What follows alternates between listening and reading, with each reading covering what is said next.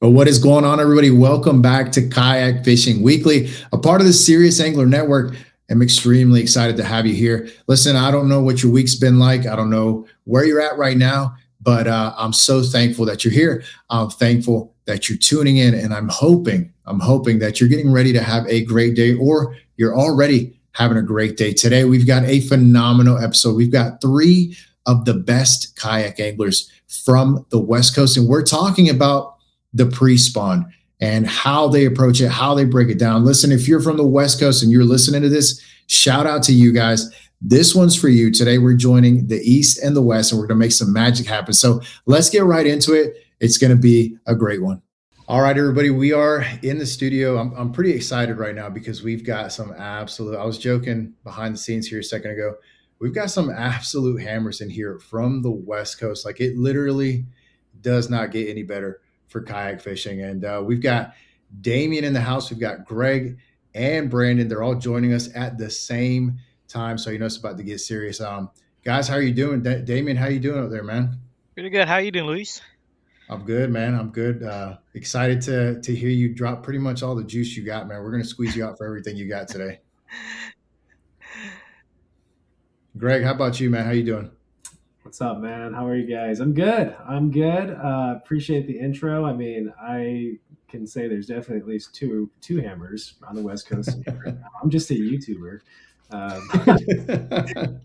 No, it's gonna be a fun one. These guys can catch them, and I'm gonna be learning some stuff tonight too. I'm sure. Yeah, dude, we all are, absolutely. Brandon, man, what's up with you, bro? How are you? I'm doing good, man. First off, I want to say something. Greg's saying he's not hammered, but look all the accolades behind him. Oh, that's because I'm like, Oh yeah, that's I'm funny. like 62. That's like 35 years worth of fishing.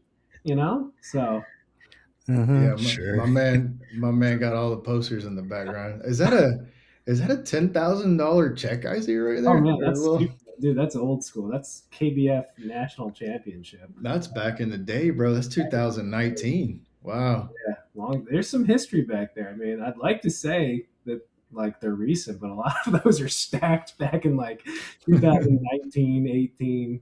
I've been getting my butt handed to me. I'm not ashamed to say it. Last couple of years, I've been on the struggle bus with tournaments, but that's part of the game. People are getting better out here, like they're everywhere. Yeah, yeah, dude. I gotta ask this question before we get into the episode. Greg, did you get some kind of scope on your new rig? Did Yes, you? yes. Ladies and gentlemen, you heard it here on KFW. Damian and Brandon are the witnesses. Greg Blanchard has scope. He is no longer just hoping, he is absolutely scoping. Dude, how's that been for you, man? Oh man. So yeah, I did get it. It Dude, really good. Honestly, I didn't know how much I'd like it. I got Mega Live too. I've only had it out in the water for 3 days. Went up to Clear Lake last week, and I Oof. there was multiple reasons for me to get it, but I still didn't know exactly how much I'd like it. And even though the fishing was tough, I still caught a few good ones. I like it a lot. I actually kind of scared me how much I liked it because I thought it'd be super easy just to be like, I'll get it, and then I'll only use it half the time, and it's like, shoot, I'm gonna lose a lot of information not having it now. Like Yeah, yeah. it was amazing. It was really eye opening to just to like use it and know exactly what's around you. So as you guys know, as a content creator, you got to be careful with that kind of stuff, I suppose, all the time. But man, it's gonna be hard to put down because yeah, I like it a lot. Yeah. Dude, Yeah, that's good to know, man. It's do you feel like grandpa? a little bit, man, a A little little bit. bit? Yeah, a Yeah. little bit. I'm definitely late to this game, but I don't know. And I don't want this to just be about my scope. This whole podcast, of course. No, no, no. I'm Um, sorry, man. It's just I saw a social media post, and I did the whole like zoom in thing, like double thumb zoom in. I was like, did Greg finally get scope? Because I mean, I think Brandon and Damien can agree, and everybody in kayak fishing, like we've kind of been waiting for this, man. Like yeah. we've been waiting for it. So I've been waiting for this. I remember I was like a couple years ago when Greg even said he's like, I don't know if I need a trailer. I don't know if I would get one. Scope, I don't know about that. And look what happened. He's I'm joined the dark side. stubborn, dude. I'm stubborn. I'm a stubborn old man. I just need time, and eventually I'll do it. But I actually was surprised how fast I picked it up. I think it only took like an hour, and then I could pretty much put a bait on. I didn't even have to look at my rod. I was just looking at my screen, and I could put it on a fish's head. Didn't bite, but it's nice to know that I can actually, put a bait in front of a fish. So I don't Yeah. know. Yeah. It's going to be interesting for sure this year. Yeah. So there's going to be a bit of a mix up in the tournaments, guys, and it Yeah. should be good. So we're here to talk a little bit of early spring fishing. Like for those of you tuning in, I was telling the boys we want to highlight, we want to talk more about West Coast fishing. West Coast fishing has not gotten enough love in past years, and that's a shame because there are some incredible anglers out there, and there are some incredible fisheries out there too, rivers and lakes. I mean, it's a beautiful spot. From now with social media, you get to see more of it, and it's amazing. Like when I pull up social media and I was like, well, there's another 8 pound spot from the West Coast, like, or another giant largemouth from Clear Lake. But I kind of wanted to get into some of the things that you guys do to get ready for early spring fishing and the fisheries that you're at. So I want to start off with, basically the areas that you're fishing, where you're fishing, what you're looking for, some of the basics, and kind of approach it like we're talking to um, beginners in kayak fishing. And because honestly, I think the most important thing for those of us, and for myself, I'm going to learn a lot tonight, is understanding those basic fundamentals that are going to give us consistent success in the spring. But yeah, I'll start off with you, Damian. Tell us a little bit about where you're fishing, early spring, March, and kind of where your mindset's at and where the fish are setting up, where you're fishing at. And then Greg and Brandon, guys, this is free flowing. If you guys want to add, take away, or comment, whatever, guys, we're just here to have a good time. So yeah, go ahead, Damien. I'll leave it to you. So areas that I like to target are mainly main lake points and offshore humps that are closest to creek channels or going towards into spawning bays. Is usually where I like to start out with. And for the most part, I usually like to milk those areas into the spawn as well.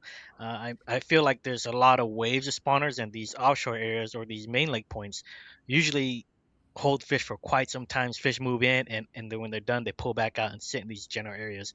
But I try to milk these kind of areas for as long as I can until they're all gone. Usually, a majority of your better quality fish just wait out there, and one of the things I'm really throwing at these fish a lot of times, or even if I'm not getting bites, I'm throwing a big swim bait on these fish. Uh, just to, because not all the main lake points, everything looks good, but there's only gonna be a few areas that's gonna hold consistent quality. And a big swim bait, it's really gonna be a way to find these fish. Even if they don't bite it, they show themselves. If you're scoping, you can see them show themselves immediately. Fish are just extremely curious by nature. You could throw a 10-inch swim bait out there, and they shoot off the bottom and just chase it, and you see the whole wolf pack or the whole school of them coming. So that's a very quick way to find some very good quality fish, going into the spawn. And I try to milk that as long as I can. These fish usually remain there for quite some time. So, I mean, you can throw anything else at them. You can throw a minnow, of course, it's extremely popular nowadays. But, to catch these fish, an eco rig is really good, especially for a lot of our clear reservoirs here. There's a lot of snags. So the Nico rig really comes in good. And as it gets warmer and warmer, of course, you want to slowly move into those spawning bays or the creek arm, slowly work your way. And another bait I really like to throw these fish is a Carolina rig brush hog that just seems Mm-hmm. to just hammers them, going from the pre-spawn to spawn. It's just been absolute killer. Doesn't matter how shallow or how deep you're throwing it, it just seems to catch them. So that's kind of what I like to do. Of course, finding them is mainly the key because can't catch them unless you can't find them, right? So Yeah. big Yeah. swim baits, big glide baits. One that's really nice is the Tyrant 10, weight Mm-hmm. class zero Tyrant 10. That's a pretty good one because you can adjust it by adding nail weights to get it sink faster or do a lot of things. And it's a big bait, and it's not extremely heavy where you don't need a crazy rod to throw it. So, and just a big glide at depth 250, those kind of.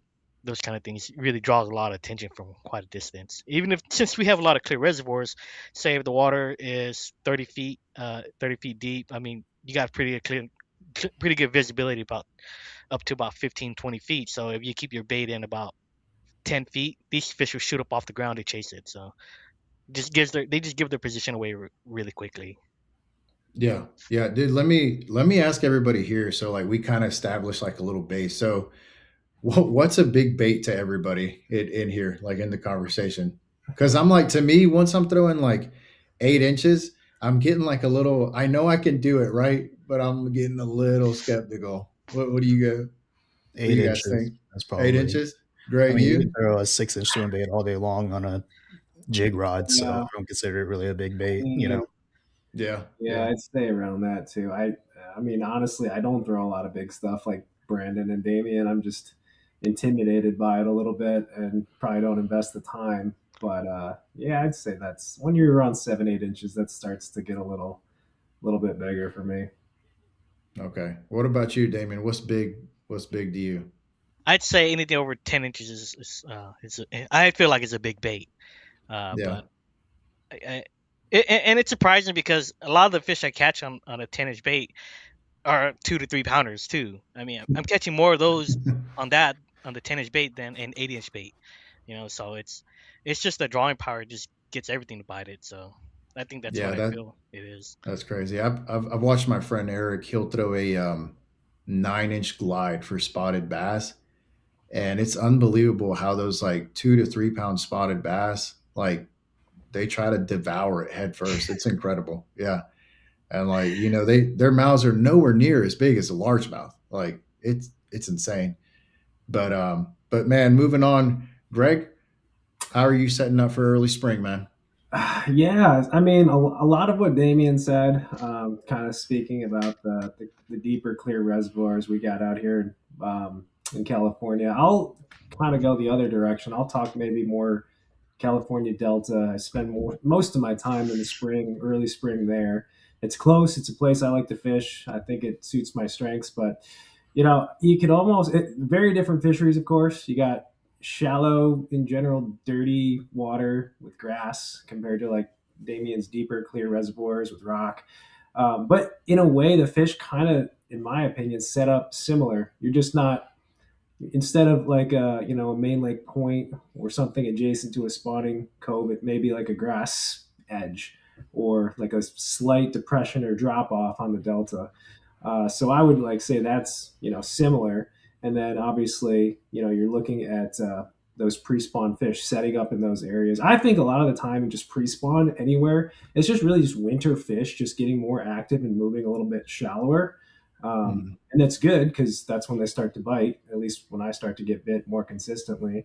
But baits for me are definitely specific early March on the Delta. Your water temps are probably bumping up to mid 50s, high 50s, might hit 60 on a couple of warming days. But I like weighted jigs, spinner baits, flat sided crankbaits, and I'll target those areas like those grass edges. Sometimes if you run into an area that has like trees or sunken trees into the bank, a lot of the time some of those pre-spawn fish will set up in the trees in the wood. That's a good time to throw a big jig in there. It's a time of year where a lot of the grass or some of the grass hasn't completely developed, so you can still have some hard bottom. Um, but it's probably my favorite time overall to fish because it's just when the big ones show up. I don't know what it is, and maybe Brandon and Damien can speak to this, but and I have theories, but it seems like the biggest fish in a body of water, like we have these zones we talk about, like those pre-spawn zones, and then you have like your spawning flats. I feel like a lot of those big ones not only spawn early, but they kind of don't get all the way into a traditional spawning flat or a zone. They're a little deeper, they hang off, and it's Yeah. just the time of year where they finally do move into an area where we can target them, and they're a bit more vulnerable, if that makes sense. Um, but yeah, it's a great time of year just to catch some real big ones. Yeah. Yeah. I really like that point you made there where this is when they're like most vulnerable for some of these fish and you have access to them. So that's a good point. And then Brandon, you correct me if I'm wrong, but you're further up north than both Damien and Greg, right? Yeah, So so that, it's funny how you both talk about clear water fisheries and stuff. I'm like, man, we get a lot of rain up here. It's usually, I mean, you're lucky to find 3 foot visibility in most places this time of the year in like March. And obviously, we have a lot of cooler temps, so we're a little bit, I guess, earlier than you guys. So most of our fish up here in March are typically in that winter to pre-spawn transition rather than full pre-spawn. Now this year it's a little bit warmer, I guess you could say, so we'll see what happens, but we usually get even snow going into March at times. So wow. water temps are usually low to mid 40s during that time of the year. So for me, like, I mean, Damien kind of nailed it on the coffin where it's like fishing your main lake points. You know, those are typically going to be the main stopping points for us fish early on. We have a lot of reservoirs here. So, you know, again, where the creek channel bends and hit those main lake points, things are pretty traditional. We don't have like massive fisheries. Like, I remember the first time I went to Clear Lake, I was like, dude, is this even a lake or is this an ocean? And I know Clear Lake is not like entirely huge compared to places like Shasta, for example. But you know, I think breaking them down is a lot easier that way for us because there's only so many main lake points you can hit, so it's easier to break down. But I'll switch it up a little bit. And one thing that's unique about up here is we have 2 river systems, Willamette River for one, and the Columbia River, which is the largest river system. I think I want to say, I mean, for sure all of West Coast, but could be the country. I think it's like 5,000 miles long or something like that. Hmm. So for there, obviously current, that makes things a little bit colder. So typically we're going to have a little more winter, but also going into pre-spawn, looking for those offshore rock piles that there is throughout the river, hard ledges, again, going into some of those spawning bays and stuff like that. We have things called like wing dams, basically just big rocky points that comes out to the river. Those are good spots for them to get out of the current, kind of hunker down, eat, wait for stuff to come by. Um, but I mean, it could be similar to like reservoir fishing, where you're basically hitting them on these transitional spots that they're using as highways to get into the spawning area. So we have the spawning bays as well here, shallow flats, and just it's kind of textbook, I think, throughout. Whether it's just the timing of the year for us is a little bit different. We're a little bit, I guess, earlier than most people. Or I guess you say later than that you guys down south. Yeah. Now, like for everybody, one thing I do want to get into a little bit is dialing in, like, kind of the species that you guys are after. Because now, you know, I think we can all agree that having the spotted bass in the mix has really changed things up for people in the East Coast and the West Coast. It used to really be, I'll give an example now. Like a lot of these younger guys coming up in the pro tours, like they're really having to dial in like that spotted bass lake out here on lakes like Hartwell, Clarks Hill, South Carolina lakes now are starting to have them. But how much has having that mix for you guys impacted how you approach like tournament day, or maybe just any, maybe even if it's a regular day? Like, are you looking for largemouth? Are you looking for spotted bass? Are you looking for smallmouth? Damien, what you think, man? I'm looking for a largemouth. Just because for me, for I think the spotted bass are very, very inconsistent. If you find an area with largemouth, these fish aren't really going anywhere. They're just gonna stay there until they're comfortable, and they move slowly. It's not like the spotted bass are just roaming. The spotted bass, I feel like a lot of those are just like bonus fish. You're going around the scope, you see one, you can catch a spot, but not so much a largemouth. If you're looking around for largemouth, you're gonna find groups of them, but they're more hunkered down from what I find, and that's what I like to find because those fish are gonna be there tomorrow. If I'm practicing, I see these largemouth. I know tomorrow I'm gonna go there. There's a really high chance these ones gonna be there. But if there's spots, I go there tomorrow, they're probably gonna be gone. So Yeah. I try to look for a largemouth. And if I catch spots, it's I don't feel too good about it unless these spots aren't moving. But for the most part here, they're roaming around, chasing. They're really active. The largemouth don't want to be swimming around much. It seems like so. That's Yeah. what I'm after. Okay. I like that. Greg, what about you, man? No, I definitely agree. Like, I mean, don't get me wrong. I'll catch any species of bass. Doesn't matter to me. But yeah, for in general, those spots are not as consistent out here. It's funny too. Like, they're usually smaller too. Like on average, like as far as like a largemouth. Mhm. But I Yeah. mean, and I know you guys probably experienced it. Sometimes you just catch a weird 21-inch, like 3.5 pounder. And for a Yeah. tournament, it's like, oh, shoot, that's like a Yeah. big Yeah. tournament fish. So, I mean, as much as like, I definitely want to catch largemouth or find largemouth and practice, and that's what you can go off of on tournament day. But I'm always ready to throw out some spots no matter what, just in case that long 21 inch or whatever shows up, because that's a valuable fish. Yeah, dude, absolutely. Absolutely. Trust me, man. I've ran into some long spots out Yeah, here, like in the river systems and on the lake. And yeah. yeah, I'm at the point, guys. I'm going to be honest with all of you. I'm headed down to Kissimmee here in a little bit. I don't get to fish for largemouth that much. I don't think people realize where I'm at. I don't get to fish for largemouth like that. Like I fish for almost exclusively in my area spotted bass in my kayak. So it's a lot of fun chasing them around and getting frustrated. So I did it today. Yeah. But Brandon, what about you, man? So for me up here, we don't have spotted bass. I mean, we got one little fishery that has spots. Yeah, They're big trout eaters. I mean, my biggest is like a 7 pound spot. That's 21.5 inches, something like that. But I don't know.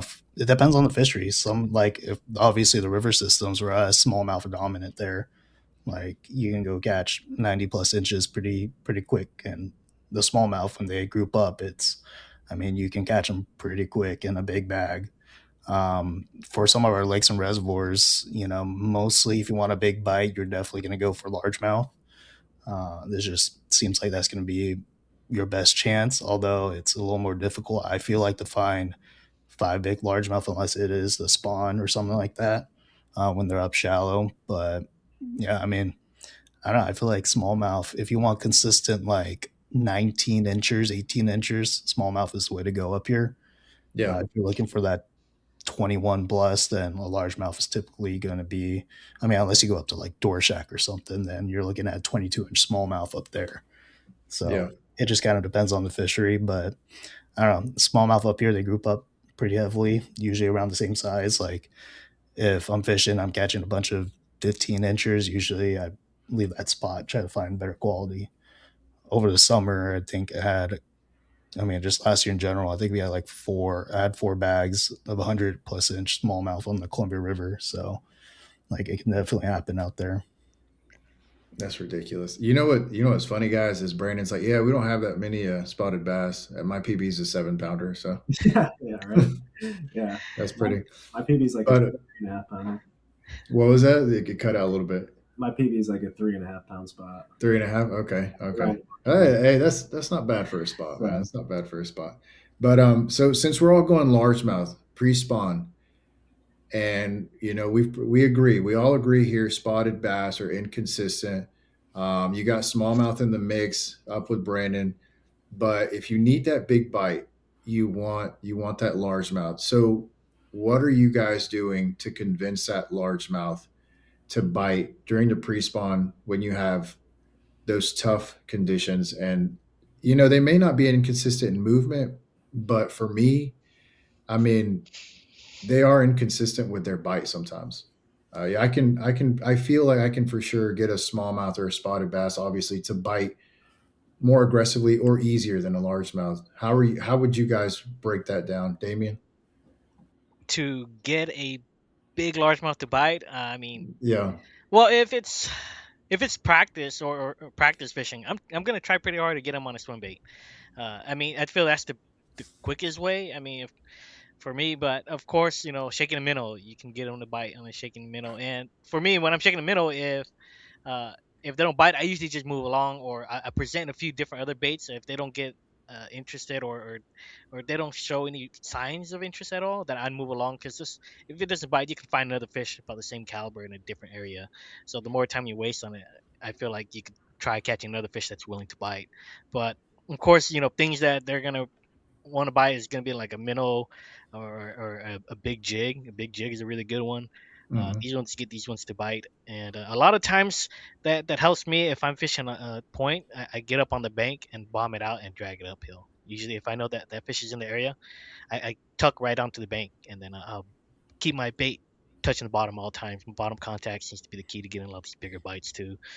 If you're on main lake points, or long lining your baits, that gets a lot of those better quality bites because they follow through a certain distance. Say, I feel like these fish kind of know when you cast and they reach a certain distance, it comes back up. These fish will follow it for quite some time, but if you long line that bait so far out and you come all the way back, that fish gonna fall to a certain point. Eventually, you're gonna commit to it. Yeah. Yeah. Let me ask you this: when you're shaking a minnow, how many feet above the fish are you keeping that minnow? Well, I change it up. I change it up on them. Okay. First you just gauge the mood of the fish by throwing it to it. If it looks up, it goes up. Oh, you feel like the really high chance you're gonna catch him. If it shoots up, then you just play more aggressive, keep it high, get it to kind of follow close to the boat. Eventually, most likely it'll commit. But after that, if I drop it down to them and they show less and less interest, and switch up the baits, and it seems to work sometimes. Sometimes it doesn't work. Okay. So try to gauge the mood of the fish and then respond to that when you're using scope in a minnow. Okay. Awesome. Greg, how about you, man? What's your go-to to make a finicky largemouth bite out there on the delta, Uh, maybe? so in general, finicky largemouth, the bite's just tough. I guess disregarding like size, like a big one. If I just want to get a bite, I'll pretend like I'm on a reservoir or a lake. Yeah, somewhere like a long tapered main lake point or secondary point. And I'll just like drag or dead stick like a little worm, sometimes a finesse jig. I think a lot of the time, well, I believe, and I'll actually be able to know now with with scope. But I think you just have a lot of activity this time of year, during the pre-spawn, early March, and a lot of fish are moving up and down. They're feeding. Even in the wintertime, actually, at Clear Lake, there's fish moving. It's not like how I always thought fish were in the wintertime. They just like sit there like a ball. No, they're swimming, they're moving, they're in the water column. So I think for me, if I'm just dead sticking something on a high percentage area, I kind of know because there's so much activity, there's fish that are bound to run into the bait.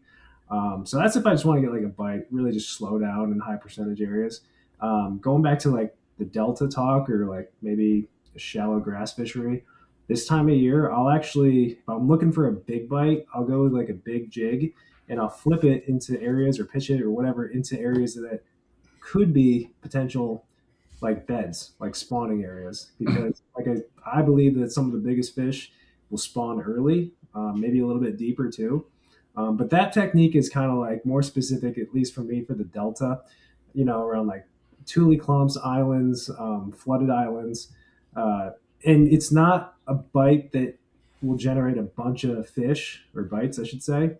You're only looking for maybe 1 to 3 bites during the day. And, but you can catch a mega. So that's what I've at least experienced on the Delta. So I'm sure it can play in other areas like Florida, places down Yeah. south, Texas. So that's my theory. Awesome. Awesome. And yeah, you will know here shortly. Yeah. You will. That's pretty cool. So, Brandon, what about you, man? Yeah, I think I look at it two different ways to approach the fish up here, at least.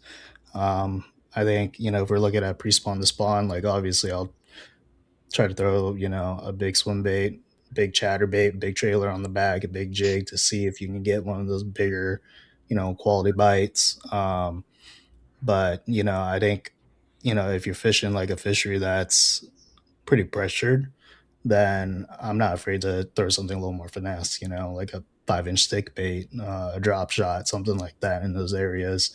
Uh, Last year example, I had a tournament where it's legit just shallow fishing. The whole lake is like you go 20, 30 feet off the bank, it's less than 6 feet of water. So everybody beats the bank on that lake. Wow. And, obviously everyone wants to throw a jig, want to go flip willow bushes, all this type of things, throw a chatterbait, picked up a 5-inch stick bait and literally followed lines of people and was able to pick off bigger fish just by slowing down, throwing something a little more finesse, something that those fish haven't seen. So it just kind of depends on the scenario. But I approach it from two different ways as well. Yeah. So I guess really what I heard a lot there from the three of you guys and your experiences, like really it's dependent on the scenario and what's happening that day and in that moment, right? So let me follow up with this question then.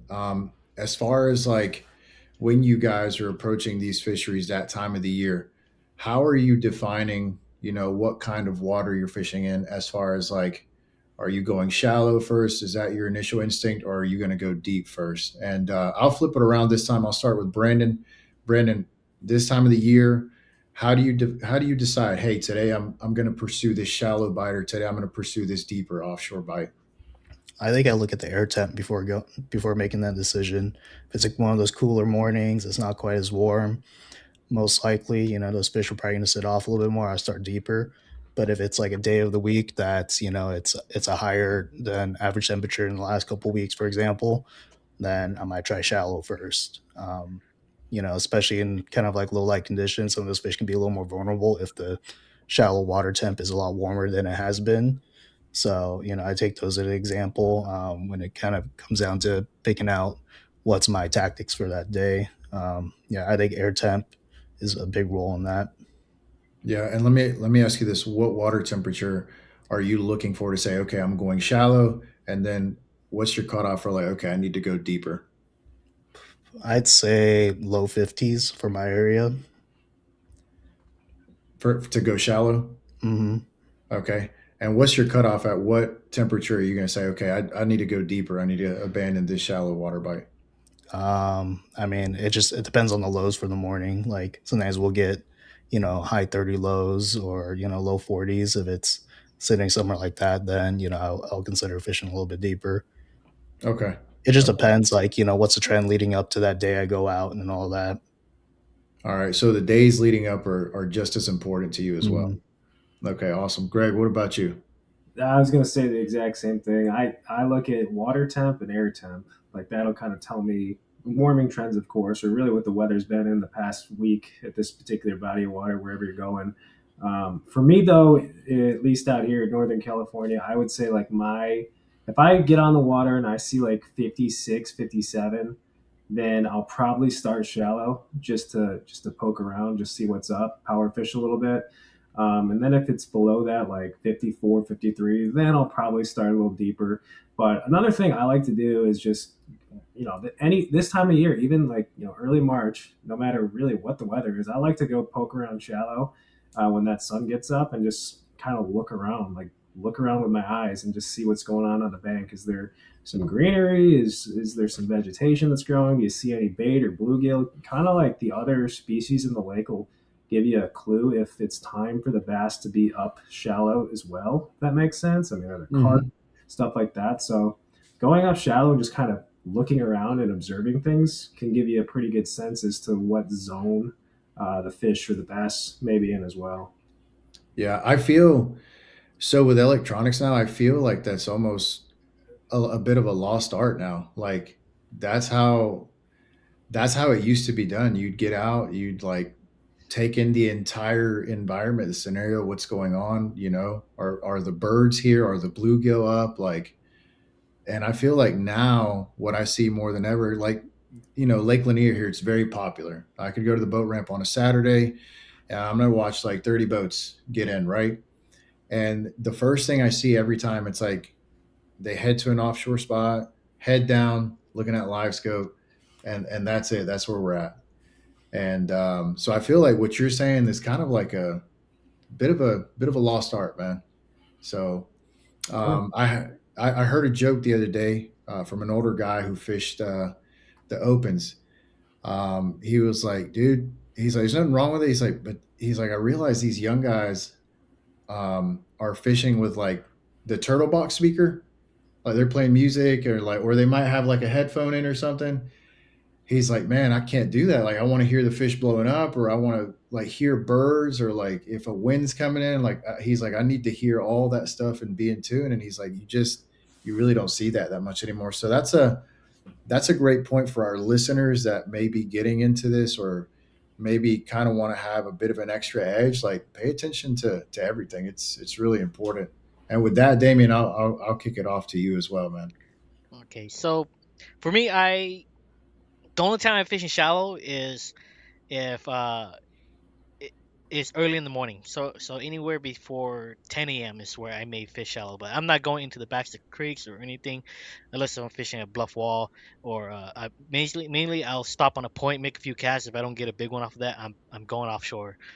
Just because the offshore bite is just extremely consistent. The only time I'm really gonna really focus mainly only on shallow is we got consistent warm weather and the weather water temps are reaching, 62 and up. That's the only time I'm going to be really focusing shallow. But for the most part, I'm trying to set out deep and, just milk these offshore fish as long as I can. Because these fish are always going to be there. They're not really going to go anywhere. Even if the water temp rise, most of the part, these fish are still going to just hang out there. Yeah, so you're more comfortable in the consistency of being out there, knowing that there's going to be some kind of action out there. Yes. Okay, that's awesome. And then as far as like color selection, early spring, I want to ask you guys this question. And Brandon, again, I'll start with you. And this is one of those questions. There's always a lot of different opinions. How important is red on the West Coast for you guys in early spring? Because for us down here, I'm telling you, a lot of people are busting out like red trick worms, red cranks, red square bills, red chatterbaits. How important is it to you guys? So most of our fisheries up here, as far as lakes and reservoirs go, we don't really have like crawdads in it. Now you go fish out one of our river systems, there's a whole bunch. So, I mean, I'm not saying that I myself or other people have not had success throwing like a fire crawl or something along the lines of that. But typically our water is dirty. So, more of your black and blue or green pumpkin chartreuse is typically with that stained water is a little more successful, in my opinion. Now, obviously, you go fish the river system where there's a lot of crawdads and stuff like that for the smallmouth. I mean, I think if you don't have something red, you're missing out on a bite because that's kind of like their main forage that time of year is crawdads. I remember, years ago when I used to fish a lot of bass boat stuff pre-spawn, you put 5 fish in your live well. By the time you pull them out, there's just crawdads, like remains everywhere on the bottom. Wow. So it just depends on the fishery, but red for us up here, I think it's still dependent, but I don't think it's like a huge factor. Okay. And then, so for you, if I heard that correctly, dirty water, you're not going with red. I don't think it's a huge factor in like, oh, they're going to be only dialed on this for, pre-spawn. Yeah. Okay. Greg, what about you, man? Yeah, so I'd say like for the Delta, red for sure, but only crankbaits for me, like flat-sided crankbaits. That's kind of like the scenario where I'll throw red, really any time of the year. I know a lot of people throw like the fire cry, like bladed jigs and stuff, and I know it works early spring, but I don't know. Even on the Delta, I just never had great luck with like red bladed jigs. I actually prefer more of like a black and blue, or even like a darker green pumpkin. So that's like kind of Delta speak, but as far as like lakes, not really. I mean, it's pretty clear water, so that's like, well, I'll use like a ghost morning dawn or some kind of shad pattern for crankbaits. Bladed jigs, if I throw them, similar bait fish profiles, colors. It's always been a weird thing to me with red. I've tried it time and time again with different, again, like bladed jigs, but just never seem to get out a bite and gain the confidence. But crankbaits for sure. Yeah. No, I'm there with you, man. I've had the same experience, so I get it. Damien, what about you? Yeah, pretty much what Greg said too. The only place, for me is the Delta for red. The only time I'm using red for anything else, like if we're fishing the lakes, is for my deep cranks. 8XDs, 10XDs. That's when I'll be using a red. But if I'm throwing a jig and stuff, it's gonna be, green pumpkin or black and blue or something with a little bit of hint of orange. That's pretty much about it for the pre-spawn. Okay. So, and then as far as techniques go, I do have this one question, and this really depends on how much juice you guys want to like let go. So, and I totally get it if you want to hang on to a little bit, but I have no juice. No juice. No. I think all 3 of us record our tournament, so I don't think they're just yeah. No secrets. But like, I just want, hey, I got to make sure, man. I got to make sure because I got to give you all that fair warning because, there's a couple things that really work well, for us as anglers individually. What is what is one like slept on technique early spring that is really effective for you, and you see that maybe a lot of people aren't really throwing it that much, but it's been good to you. You want to start us off, Brandon, or you need to think because you're over there in deep thought, man. See, it's tough for me because again, it comes down to fishery. I still Yeah. think like, Well, if you want, man, break it down by a couple of fisheries. Yeah, like um, I mean, I just think like a net and a drop shot is just one of the things that, I mean, I know people still throw it, but I feel like it's one of the things where I don't think many people are throwing as much as they used to. I know Greg loves throwing a drop shot, Yeah. but I yeah, feel like it's just one of those techniques. It's so simple and it works for that time of the year. yeah, yeah, yeah. I would agree with that. I mean, the thing is too, like, so over here in the southeast, for us, like, there's certain things and crazes. It just takes over. So like pre-spawn, and man, I could be wrong, but in my experience, the people around me, pre-spawn for me, no one's really throwing a drop shot. You get what I'm saying? But it's still very effective. It can still work. And the crazy thing is, for us down here, you hear a drop shot, you think super deep for us. But I think I think I've seen all of you guys, maybe Greg more than anybody, throwing a drop shot pretty shallow, if I'm not mistaken. Mhm. But Greg, what about you, dude? What's one technique that's been really good that maybe people aren't using as much as they should? Yeah. So, like I said, I really have no juice. I'm very basic, stuck in my ways. But I'll say this, and this is not really my experience so much. Maybe a couple times, but it's from friends, people that I know. And this will be a technique and a bait that's definitely more geared towards like shallow grass fisheries, not so much your like deep reservoirs. So like Delta, Clear Lake, probably a lot of places in Florida. But a double buzz bait, a bait that Mm, you're probably not going to get a million bites on. But if you do get bit, it could be a great big one. And I've heard plenty of people I know catching some big ones in the pre-spawn on a double buzz. So something to think yeah. about. Yeah. Awesome. I Yeah. don't think I've ever seen anybody throw a double buzz around me ever. So Yeah, I've I never mean, seen it It's a in no. action. Yeah. Damien, what about you? It's gonna be a Carolina rig for me. That's I Nice. feel like that's pretty forgotten nowadays. And Hmm. go and catch them anywhere on it. It doesn't matter how deep or shallow you fish it. I mean, it's just kind of how I grew up fishing, just fishing off the bank and throwing a Carolina rig, a little baby brush hog in the back of that. I mean, it just catches them in all sizes as well. So Yeah. it's pretty forgotten technique. You don't really see a lot of guys throwing it nowadays, and it's just been always a something I always relied on when I actually need a few more bites. Yeah. Let me ask you this, dude. Could you break down for our listeners? Could you break down your Carolina rig setup? So I fish two different Carolina rigs. I fish a light setup, which I guess a lot of the guys here call it a California rig. It's just a very light tungsten weight. It's the same thing, similar to a split shot, and something very light, a quarter ounce to 3/8 ounce is. But generally for our deeper reservoirs, I like the longer leader. I try to get away with as long as leader as I want. You hear a lot of talk about as it gets colder you want a shorter leader. That's not always true, especially for here. A lot of the suspended bass you want a longer leader because a lot of times you'll notice when you cast it out to them, even with forward facing sonar, you'll see a lot of these fish actually just follow the weight down and then they look at the weight, but the bait will fall on top of the head. Then they'll pick up the bait. So a lot of times you want that longer leader because a lot of times too when they're falling, if they are following the bait, it's when the weight hits and then the bait stops and it changes direction. That triggers a lot of the bass to bite. So the longer leader for me, I feel the longest leader you can get away with that you can still cast comfortably. That's what I would go with. And I fish that for my spinning setup, a very light setup, and then I'll go with a really heavy one with 3/4 ounce to 1 ounce for my weights, tungsten. And I'm having a long leader as well. I'm fishing this on a 7'9" rod, and I'm making these long casts and just really fishing it really fast, not letting it sit. Just as soon as it touches the bottom, I'm dragging it. So it's almost like you're swimming the baits, pretty much when you're fishing it.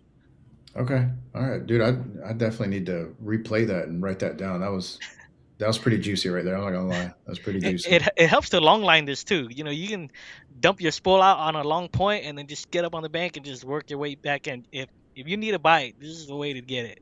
I Oh, mean, I this can could be a remember, dude. Damien's had multiple tournaments where like the bite was super tough, and like couldn't even catch a limit. Nobody except Damien, and I think you probably know what tournaments I'm talking about. I think you did that in one of the stingiest lakes we have out here and got him the bite. So I believe him. What lake was that? Do you remember? Damien. was it Comanche? Yeah, yeah, I was Yeah, about I okay. remember that bite. yeah. That hate that lake. I think I like Damien's answer with the Carolina rig. Like Columbia River out here, like it's funny you see a lot of those newer anglers and younger anglers. I've never seen any of them tie up a Carolina rig, but you No. talk to any of the OGs of their area, the old timers, Carolina rig with a brush hog, a baby brush hog used to be the thing out here. Yeah. No, dude. I haven't seen anybody throw a Carolina rig in years. I mean, I think since I fished with my dad and my grandpa, it's been that long. And I'm willing to put money on it that a lot of people today don't know how to rig it up or tie it on. I'm willing to put money So on you that. know what you got to do now. All spring, you got to be throwing double buzz baits and Carolina rigs Dude, double butt and a drop shot. and a drop shot. Yeah, Three, no three. You whack. heard it. Yeah, three rods. Three rods. That's Three it. Double complete buzz. directions of the spectrum. Yeah, that'd be a pretty random day, but you I'm never know. about to have the longest Carolina rig leader you've ever seen in your life, man. Long. There's over 130 feet of just swimming that thing on the bottom. There you go. But one thing, so one thing as you guys were talking, and I didn't have this question, but then now that we were talking about kind of these techniques, I do want to ask this for y'all. Um, when does top water come into play uh, during the pre-spawn for you? Because for us here, you know, a lot of people could be surprised when it, like, first of all, when it dies off, and when it starts, it actually dies off way later than what people think. I actually caught a fish on top water a couple of weeks back before this ice storm, um, and it was, I mean, it was awesome. I caught a couple actually. So when does top water really get started for you guys, Brandon? So for up here, we're a little bit different. Like we don't have shad lakes, we don't have like herring lakes in that, in that aspect. They're not really like bait fish eaters.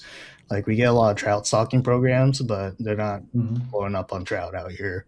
So for us, it's typically around the spawn for us, and it varies. May to June typically once it warms up. Yeah. Like we'll get some spawners around end of April, mid-April, depending on the weather for the year. But typically, they're not really eating top water yet. Mainly Okay. once they start bedding and the bluegills start going shallow heavily and they're starting to guard beds and there's fry. That's usually when we start getting like a frog bite or a buzzbait bite. Okay. Dude, how does having trout, we really don't have many trout fisheries out here. How does having trout impact like how your fish are setting up or eating? Like, do you still have windows, or like, are they do they move around a lot chasing the trout? Um, yes and no. We don't really. They don't school us like in big wolf packs, like at least from what Okay. I've seen. And I don't think we get as much suspended fish because we don't have those like bait fish type fisheries up here. Yeah. So it's a little bit different, I think, in that aspect. But I mean, you can definitely tell the fish definitely do get a little more active when they schedule some of those trout stockings at some of the lakes. Like you can just tell that like sometimes if you hit it on the right time, those fish are a little bit more active. Okay. Then the days following up, those big ones, they already got their one big bite for the next couple days, and things start slowing down up here. At least that's what I noticed. Okay. Okay. That's interesting. Greg, when you sling in top water? So other than like the buzz bait, double buzz anomaly, I really wait till you get your first big wave of post spawners. So like Okay. out here in Northern California, that might be mid-April definitely end of April and into May. But I've tried fishing topwater like during the spawn, but I feel like I just get a lot more short strikes. Like they're not really trying to eat; they're just protecting their bed. So I kind of avoid doing that, especially in tournaments, because you're just gonna miss a lot of fish.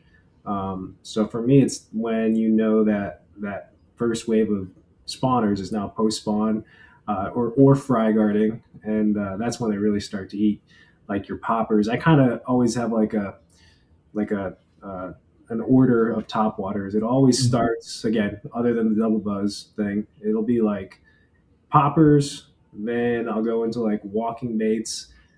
So poppers, like we'll say end of April into May. Then you'll get your walking baits mixed in with May to June, even a little bit of July. And then when you're in like the heat of summer, that's when I go back to the buzz baits, stuff like that. Okay. Okay, Damien, what about you? So for the top water, a big top water I'm throwing pretty much all year, even in the dead of winter, like your Lunka Punker, your Rome like bites. Those are your 8-inch baits. Just because we have trout in our fisheries, and Mm-hmm. if you're around these wolf packs and you're on these shallow, slow tapering points, these fish will bite it. And if the weather's bad, you know, the worse the weather, the better the bite is for the top water for these big walking baits. But as for Mm-hmm. tournament wise, I don't really start throwing it. It'll be maybe late February, or pretty much as soon as I see one fish cruising the bank, that's when I'm throwing those walking baits. Because a lot of Okay. times, especially in tournaments, a lot of guys aren't gonna be throwing the walking bait, and if you're the first one to the jump, a lot of times you don't get a lot of bites, but when you do get one, it is gonna be a really good one on it. Right, right. So you're wow, that's pretty early. You said late February, right? Yes. Okay. And literally if you see one fish on the bank, you're like, okay, it could be time to start throwing this. Yeah, you're not gonna get a ton of bites, but if you put it Right, over a fish right. that hasn't seen it, they might get tricked about it. They might get tricked it. So Yeah. Well, let me ask you guys this too, since we're already on the topic. It's not pre-spawn topic, but in wintertime, when do you guys stop throwing top water? In the fall. In the fall. Yeah, I Really? don't know what Damien's on. I mean, Damien's on another level, throwing big lunker punkers in January. That's well, dude. That's why I'm asking the question because Damien said in the dead of winter. So Yeah. I'm like, I gotta ask. Like, what about you, Brandon? Yeah, I mean, honestly, like if we have a warm fall, maybe beginning of October, but typically like September is like done for us for the most Oh part. wow, really? hmm Damon, what's your water temps around you right now? it's low 50s. Low See, like fifties. we're in like low 40s now. So like Yeah, our yeah, fish are like stuck on the bottom, winter holes. They're like, nope, we don't want to move. yeah, yeah. That's well. The thing is, too, guys. Like, I see now. Let's just go down the rabbit hole. I'm totally okay with this. Let's do it. Because I got you guys here, and I'm gonna take advantage. So I got on Del Hollow like in December, in Tennessee, and the water temps early in the morning were 48, and I was finding largemouth like dirt shallow. I'm talking about 1 to 2 feet of water, and I was throwing a spinner bait, was throwing like a little 6-inch swim bait, paddle tail, and I mean the bite was good, the bite was decent, and I'm at that point where like now like we put so many things off. We're like, oh, it's cold, the fish slow down, like they won't do it. So when I came back home, like that's what I told you guys. I started throwing top water.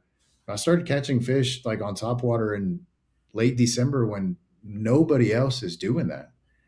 So like, I mean, that's why I'm asking the question. Like some things I'm like, yeah, I can understand that being true, but other things I'm like, well, I'm watching them blow up in the middle of the lake in 48-degree water. Like, why would they not hit this popper right now? You guys get what I'm saying? So, but I mean, low 50s. So where Damien, where do you draw the line? I've got to know where you draw the line, bro. If I don't see any fish up shallow, then I'm not. But a lot of times too, water clarity is one of the biggest key. If you don't have good water clarity, then I won't be throwing the top water. Has to Okay. have pretty good visibility, and Cuz these you're fish have to be wanting to feed. cuz you're confident they'll shoot up and eat it? Oh yeah, definitely.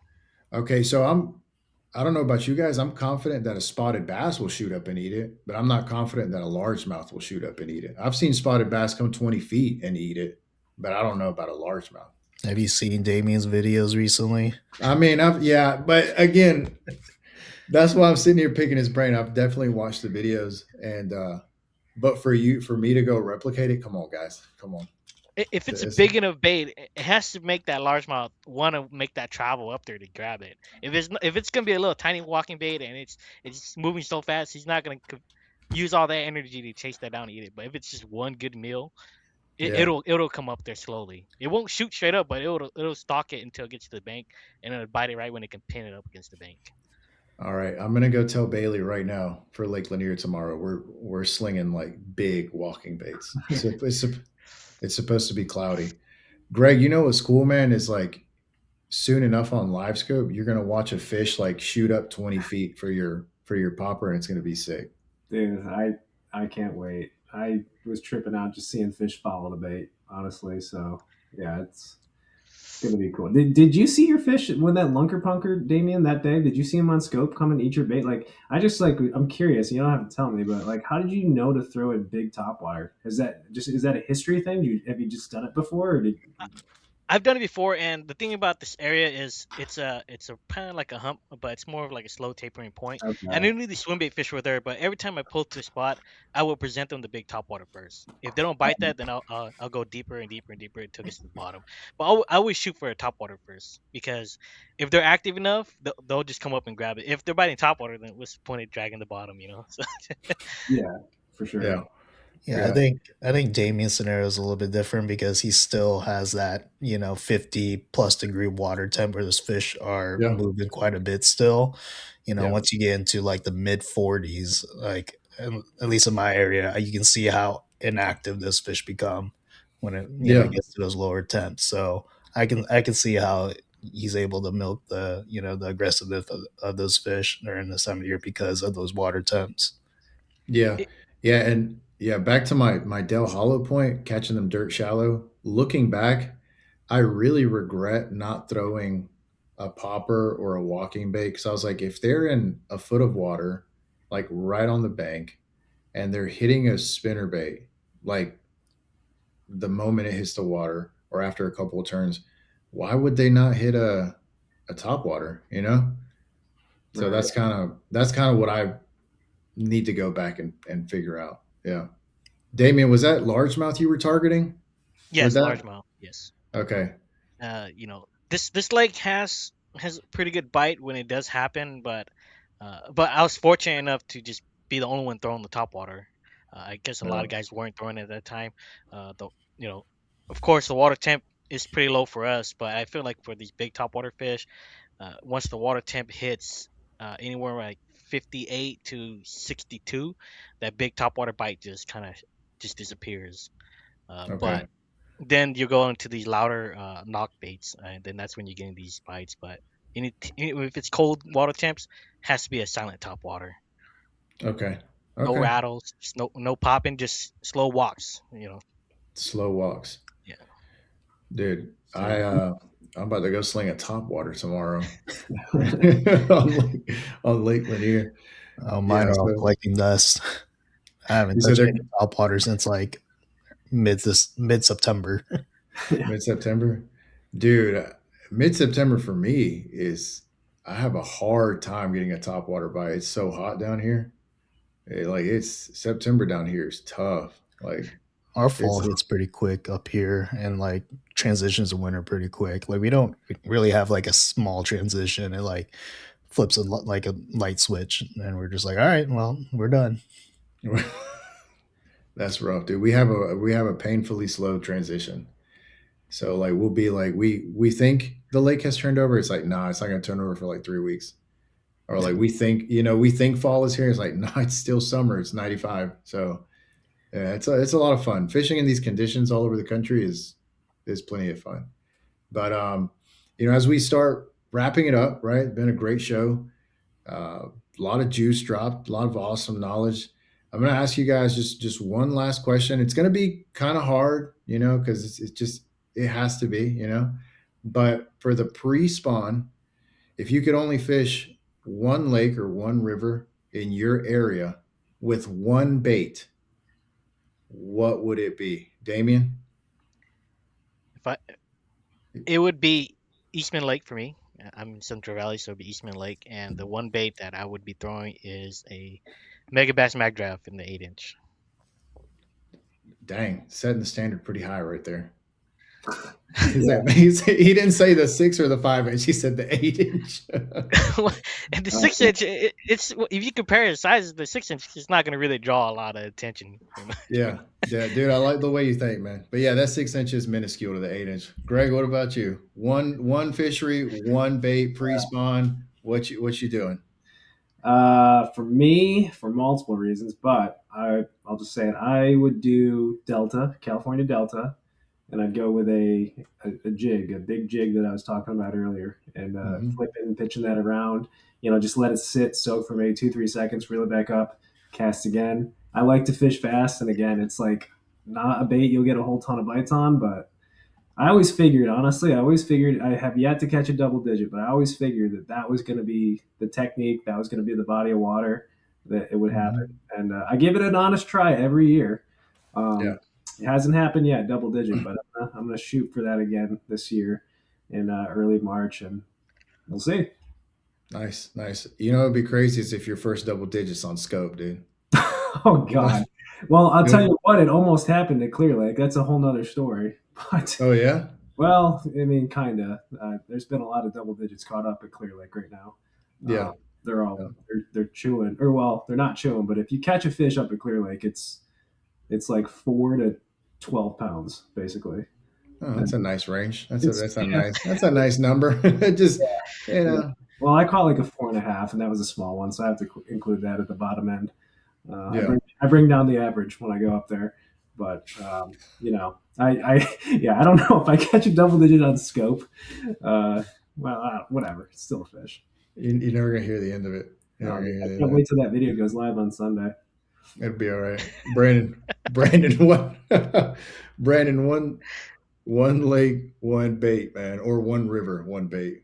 Yeah, I'd probably pick the river. I mean, if I could pick, I'd pick Clear Lake, but Clear Lake is just such a fun fishery. But yeah, I'd probably say the Columbia River. And I'd probably throw like a 3/4 ounce football jig head with some sort of crawl in the back, and just counting rocks, and trying to get the smallmouth to eat it because they're looking for those crawdads at the time of the year. Awesome. So you said not a jig, right? But a football, just like a football head, and with a crawl plastic on the back. What plastic you going with? Z-Man Pro Craws. It looks like a crawdad. Okay, nice. I like it. All right, last question for you guys. Last question. Kayak Bassmaster event in June. Is everybody here going? Oh man. Listen, I don't think so. No. Even though I live here, my sister's getting married, so. Okay. That's definitely understandable. I can't make the May event out here.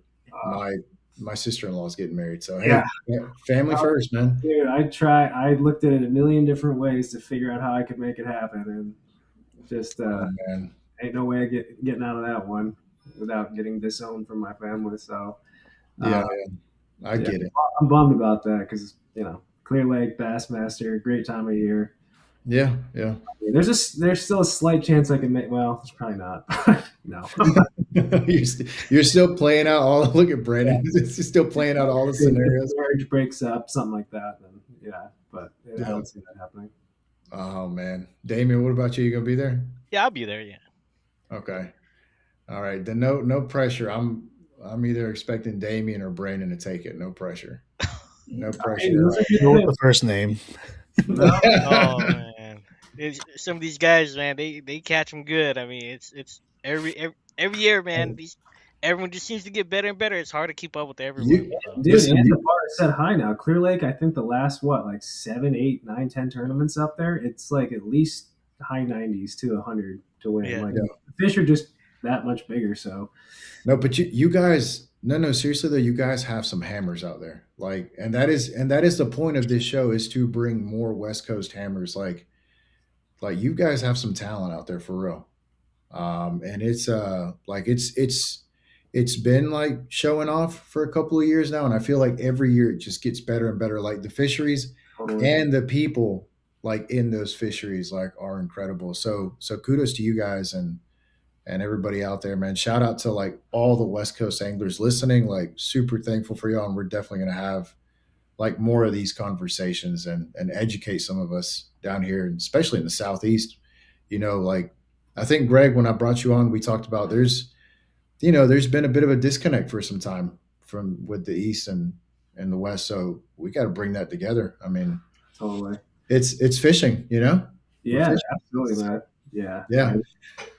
Hopefully, more of us can come back out east. More of you guys out east can come out west. I mean, I know it's a big, time commitment. I think honestly, travel is just the biggest obstacle. But Yeah. I think, if we can start trending towards that, because I mean, it's amazing to see the sport continue to grow. Like it seems like it's still growing, which kind of surprises me in a way. But I mean, Bassmaster kayak series. I mean, Bassmaster has the kayak series.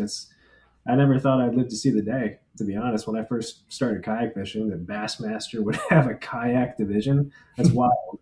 So Yeah. I think we got to keep the momentum growing, and definitely join up East and West Coast at some point. Yeah, absolutely. I had every intention, just so y'all know, like um I had every intention of going out to California, flying out there, connecting with somebody, getting a kayak, even if it's like just a whatever, just to beat the bank. I don't care. I just wanted to go to Clear Lake, Yeah. hang with some of you guys out there. But we're expecting a baby, and that baby is coming in June. So, You're not so getting that one. oh man, there's no way. Listen, I'll say it here. Last baby, this will be my third. Last baby we had, I was fishing like 8 or 9 days after. Yeah, I got in trouble. I got in trouble. I got in trouble. I got in trouble. A little bit of trouble from the in-laws. I'm not gonna lie. I'm not gonna lie. Congrats, man. Congratulations. Yeah. Thank you Congrats. guys. Yeah, thank you guys. But man, I really appreciate you guys. Like this, like seriously, this means a lot to me. Like watching you guys on social media, watching you guys succeed has been awesome, and I like sincerely hope the best for the three of y'all and all the success, and keep representing well. But thank you guys for coming on, and I'm really hoping to have you guys on again later on in the year to talk more West Coast fishing. Thank you guys. Appreciate it, man. Yeah, Thank thank you. you. Absolutely. Thank you guys. Well, all right, everybody. I hope you enjoyed that episode of Kayak Fishing Weekly. What an awesome conversation with three great anglers, great people. Again, I want to say this again. If you're listening from the West Coast,